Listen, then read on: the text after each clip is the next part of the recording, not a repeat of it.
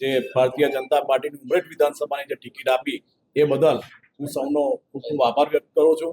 જે પણ રણનીતિ કરશે અમે સૌ ભેગા મળીને સાથે મળીને એટલી લીડથી જીતવાનો પ્રયત્ન અમે સૌ ભેગા મળીને કરીશું. ધારાસભ્ય શ્રી ગોવિંદભાઈ પરમારજીના દુઃખદ અવસાનથી આ બેઠક ખાલી પડી હતી. ઉમેદવાર તરીકે હર્ષદભાઈની પસંદગી જ્યારે કરી, ગોવિંદભાઈ પરમાર સાહેબના જેટલા પણ કામો વિકાસના અને એમના સુપુત્ર તરીકે એમના જ પગલે ચાલીને ભારતીય જનતા પાર્ટીના ઉમેદવાર તરીકે હર્ષદભાઈનો વિજય થશે એવો દ્રઢ વિશ્વાસ છે. હજુ સુધી તમે અમારી ચેનલને સબસ્ક્રાઇબ નથી કરી તો અત્યારે જ ન્યૂઝરૂમ ગુજરાતને સબસ્ક્રાઇબ કરો, ફેસબુક અને ઇન્સ્ટાગ્રામ પર ફોલો કરો.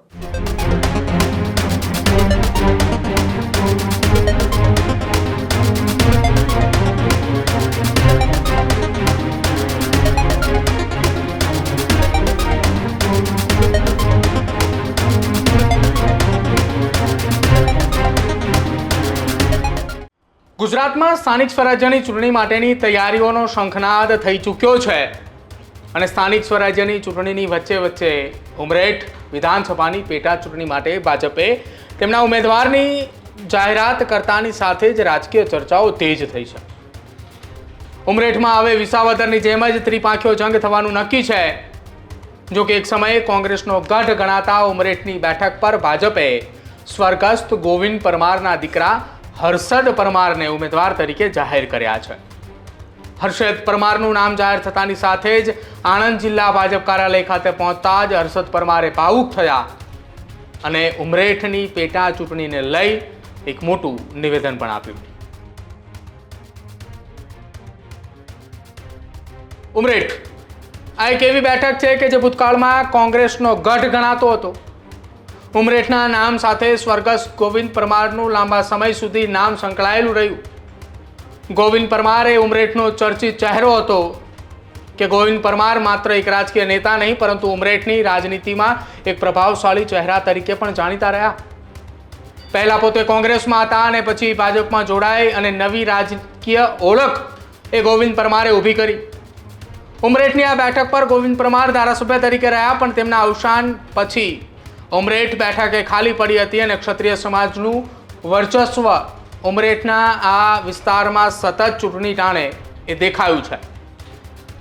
ઉમરેઠની રાજકીય ઉથલપાથલમાં ક્ષત્રિય સમાજનું એક મોટું પાસું છે કે ભાજપના ઉમેદવાર તરીકે હવે ગોવિંદ પરમારના પુત્ર હર્ષદ પરમારને ઉમેદવાર તરીકે જાહેર કર્યા છે. હર્ષદ પરમાર ઉમરેઠમાં ઘણા સમયથી સક્રિય છે અને હવે ભાજપે તેમને ચૂંટણી કમાન એ તેમના હાથમાં સોંપી છે. આગામી 6 તારીખ સુધી ચૂંટણીમાં ફોર્મ ભરવા માટેની તારીખો ચૂંટણી પંચ દ્વારા જાહેર કરી છે અને બીજી તરફ કોંગ્રેસમાં હજુ ઉમેદવારને લઈને મથામણ ચાલી રહી છે. કોંગ્રેસ પણ પોતાના પક્ષમાંથી ઉમેદવારોની જાહેરાત ટૂંક સમયમાં કરે તેવી શક્યતાઓ દેખાઈ રહી છે અને શક્યતાઓની વચ્ચે કોંગ્રેસના પ્રદેશ અધ્યક્ષ અમિત ચાવડાએ દિલ્હીની અંદર બેઠકોનો દોર એ ઉમરેઠ બેઠકને લઈને ચલાવી રહ્યા હતા. હવે આ તમામની વચ્ચે ભારતીય જનતા પાર્ટી આ બેઠક કબજે કરવા માટે ક્ષત્રિય સમાજનું આ બેઠક પર ખૂબ મોટું પ્રભુત્વ છે. એટલા જ માટે આ બેઠક પર એ સ્વર્ગસ્થ ગોવિંદ પરમારના એ દીકરાને ટિકિટ તો આપી પરંતુ સાથે સાથે ચૂંટણીની એ કમાન રાજ્યના પૂર્વ ગૃહ રાજ્યમંત્રી પ્રદીપસિંહ જાડેજાને પણ સોંપી છે. પ્રદીપસિંહ જાડેજાને આ એ ચૂંટણીના પ્રભારી પણ બનાવવામાં આવ્યા છે. તેમને ચૂંટણીના ઇન્ચાર્જ તરીકે ત્યાં મૂકવામાં આવ્યા છે. ક્ષત્રિય સમાજનો વિશ્વાસ કયા પક્ષ અને કયા ઉમેદવાર પર બેસે છે એ મહત્વનું છે. જો કે આ તમામની વચ્ચે આમ આદમી પાર્ટી પણ આ ચૂંટણીમાં પોતાનું સ્થાન મજબૂત કરવાની કોશિશમાં છે. વિસાવદરની ચૂંટણીમાં જે રીતે આમ આદમી પાર્ટીએ સીધો એ સૌથી પહેલા ઉમેદવાર જાહેર કરીને રાજકીય ચિત્ર બદલી નાખ્યું હતું એ જ રણનીતિમાં હવે ઉમરેઠની અંદર ભાજપે પહેલા રણનીતિ અપનાવી અને ઉમેદવારનું નામ જાહેર કર્યું છે. જો કે જયંત બોક્સી કે જેઓ પણ ચર્ચામાં છે કેમ કે તેમને સૌથી પહેલાં આ એ બેઠકની અંદર પોતે જ ઉમેદવાર છે તેવી વાત એ તેમણે સોશિયલ મીડિયા પ્લેટફોર્મ પર કરી હતી. જો કે જયંત બોસ્કીએ છેલ્લા કેટલાક સમયથી આમ આદમી પાર્ટીના નેતાઓની સંપર્કમાં હોવાની વાત છે. એ સંપર્કની વચ્ચે તેઓ આમ આદમી પાર્ટી સાથે રહીને ચૂંટણી લડે છે કે એનસીપીની સાથે જોડાઈને ચૂંટણી લડે છે એ જોવાનું રહેશે. પરંતુ આ તમામની વચ્ચે હર્ષદ પરમારે જ્યારે જિલ્લા ભાજપ કાર્યાલય ખાતે પહોંચ્યા એ દરમિયાન શું એ ભાવુક ક્ષણ એ ત્યાં સર્જાઈ પહેલાં એ જુઓ. અમારા ભારતીય જનતા પાર્ટીના સંગઠનનો પહેલાં તો ગુજરાત લેવલનું જે પણ સંગઠન હોય અને અમારા આણંદ જિલ્લાના સંગઠનના જે કોઈ પણ હોદ્દેદાર છે એ બધાનો હું દિલથી હૃદયપૂર્વક પહેલાં તો આભાર વ્યક્ત કરું છું કે મારી પસંદગી કરી મને જે ભારતીય જનતા પાર્ટીની ઉમરેઠ વિધાનસભાની જે ટિકિટ આપી એ બદલ હું સૌનો ખૂબ ખૂબ આભાર વ્યક્ત કરું છું અને આગળની જે કંઈ પણ રણનીતિ છે એ અમારા જિલ્લા ભાજપના પ્રમુખ અને અમારા કમાન્ડર જે કહેવાય અમારા વડીલ અને આગેવાન સંજયભાઈ પટેલ અને સાંસદ મિતેશભાઈ પટેલ અને અમારા બંને મંત્રીશ્રીઓ રમણભાઈ સોલંકી કમલેશભાઈ પટેલ તમામે તમામ ધારાસભ્યશ્રીઓ અમારા ભારતીય જનતા પાર્ટીના અને અમારા પ્રભારી બેન શ્રી વર્ષાબેન જોશી અમારા ઝોન પ્રભારી હિતેન્દ્રસિંહજી આ બધા જ જે પણ રણનીતિ કરશે અમે સૌ ભેગા મળીને સાથે મળીને અમારી ઉમરેઠ વિધાનસભાની સીટ જે આ જિલ્લામાં નહીં આ ગુજરાતમાં કોઈ પણ વ્યક્તિ જેટલા મતોએ નહીં જીતતું હોય એટલી લીડથી જીતવાનો પ્રયત્ન અમે સૌ ભેગા મળીને કરીશું એવી આશા. તો આ સ્વર્ગસ્થ ગોવિંદ પરમારના પુત્ર હર્ષદ પરમાર કે જો જિલ્લા ભાજપ કાર્યાલય ખાતે પહોંચ્યા એ પ્રકારના ત્યાં ભાવુક દ્રશ્યો સર્જાયા. પરંતુ આ બેઠક એ કોંગ્રેસનો ગઢ માનવામાં આવે છે અને જ્યારથી સ્વર્ગસ્થ ગોવિંદ પરમારે ભાજપની અંદર જોડાયા હતા ત્યારબાદ ભાજપમાં ત્યાંથી જીત મેળવી અને હવે ભાજપમાં એ તેમના જ પુત્રને ટિકિટ આપી છે.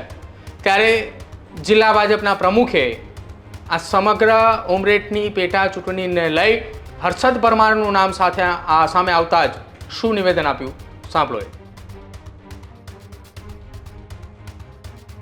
ઉમરેઠ વિધાનસભાની પેટા ચૂંટણી અમારા આદરણીય વડીલ ધારાસભ્ય શ્રી ગોવિંદભાઈ પરમારજીના દુઃખદ અવસાન આ બેઠક ખાલી પડી હતી અને એ બેઠક ઉપર એમના સુપુત્ર ચિરંજીવી હર્ષદભાઈને અમારું રાષ્ટ્રીય નેતૃત્વ પ્રદેશનું નેતૃત્વ અને જિલ્લાનું પણ જે પાર્ટીનું વરિષ્ઠ નેતૃત્વ છે એ બધાએ જ્યારે ઉમેદવાર તરીકે હર્ષદભાઈની પસંદગી જ્યારે કરી ત્યારે ગોવિંદભાઈ પરમાર સાહેબના જેટલા પણ કામ વિકાસ અને જનમાનસની અંદર એમની એક સારામાં સારી છાપ અને જેના કારણે તેઓ 4 વખત ધારાસભ્ય તરીકે ચૂંટાયેલા હતા અને એમના સૂત્ર તરીકે એમના જ પગલે ચાલીને આજે ખૂબ વિકાસના કામો સંગઠનની અમારી ટીમમાં કે જેમાં પ્રદીપસિંહજી જાડેજાના નેતૃત્વ હેઠળ આ ચૂંટણી થશે.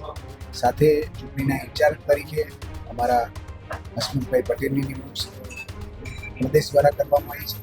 અમારા પ્રભારી બેન શ્રી વર્ષાબેન જોશી, ઝોન મહામંત્રી હિતેન્દ્રસિંહજી ચૌહાણ, અમારા બંને મંત્રીશ્રીઓ કેબિનેટ મંત્રી શ્રી રમણભાઈ અને કમલેશભાઈ, અમારા સાંસદ શ્રી મિતેશભાઈ, ધારાસભ્યશ્રીઓ રૂપેશભાઈ, વિપુલભાઈ, ચિરાગભાઈ, પૂર્વ સાંસદશ્રીઓ, પૂર્વ ધારાસભ્યશ્રીઓ, પૂર્વ જિલ્લા પ્રમુખશ્રીઓ, આમ અમારું સમગ્ર ભારતીય જનતા પાર્ટીની ટીમ દ્વારા આ ઉમરેઠ વિધાનસભાની ચૂંટણી જંગી બહુમતીથી જીતાય એ માટે પૂરું પ્લાનિંગ કરીને આ ચૂંટણી માટે રાજ્ય સરકારના કામો, કેન્દ્ર સરકારના કામો અને આ બધું કુલ મળીને ચોક્કસ ખૂબ જંગી બહુમતીથી આ સીટ ઉપર ભારતીય જનતા પાર્ટીના ઉમેદવાર તરીકે હર્ષદભાઈનો વિજય થશે એવો દ્રઢ વિશ્વાસ છે અને કાર્યકર્તાઓમાં પણ અનેરો ઉત્સાહ પણ છે.